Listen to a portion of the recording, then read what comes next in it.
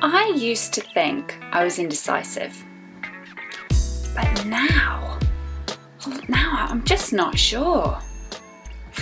Apologies, that's my dad's sense of humour, but it's actually really true for me. My star sign is Libra. If anyone you knows, Libras is the scales. Many people say it represents indecisiveness. You never know what you want. And I have carried that story around my whole life. Now, if any of you have ever experienced moments of indecisiveness, my moments have been hours, days, weeks, months. It's intolerable. It's excruciating at times because you've got all this stuff going on this way, that way, this way, you just keep playing it out. And I'm very heady. I have a lot of head chatter. And I realized I needed a way to make decisions that I could tap into my intuition so I really know what's going on, because both sides can be really persuasive and it's really difficult to make decisions consciously like that sometimes. So I developed a process where I could tap into my intuition, and this was especially useful for me recently when I had to make a decision, a big decision for me, for all my own reasons, all my own stuff, about whether to continue with a course of study or not. I'd like to share this with you now. So if you could just think of a decision that's going on for you right now. It could be what sandwich to have for lunch today, or whatever it is, but I'd like you to choose a decision that has two options, either yes or no, or just two different ways that you could go with it. I want you to have it in your mind now. And when you have it, I'd like you to close your eyes. Take a deep breath in.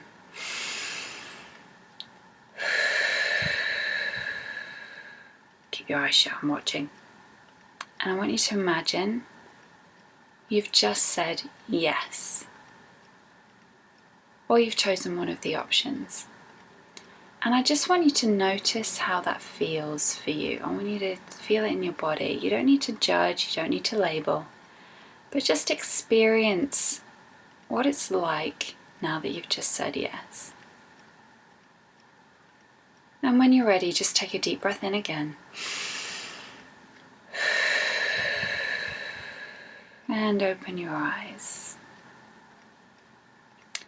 Good. Now you don't need to label or judge anything that you've just experienced.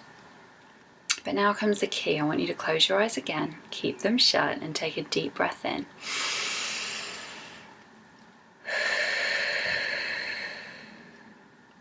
And I'd like you to imagine this time that you just said no, or you've just chosen the other option. And again, I just want you to get curious about what it is you're feeling, experiencing, and how that plays out for you. And when you're ready, just take another breath in. And open your eyes. So when I tried this with my course of study, I was trying to decide whether or not to do my master's, continue with it. And first of all, I went to say, yes, I'm going to continue. And my body just felt really rigid, really tense. And, I hadn't done the other side of it yet. I hadn't gone to no. So I was like, okay, maybe I'm just feeling tense and rigid today. All right, fine. But when I went to the no option, my body did this. It was utter relief. My body knew exactly what I needed to do. And you know what? That decision was horrible for me. That was like, I kind of knew, but I didn't want to know. And it was the toughest way of making that decision for me. But I followed through on it. And that's what I'm inviting you to do.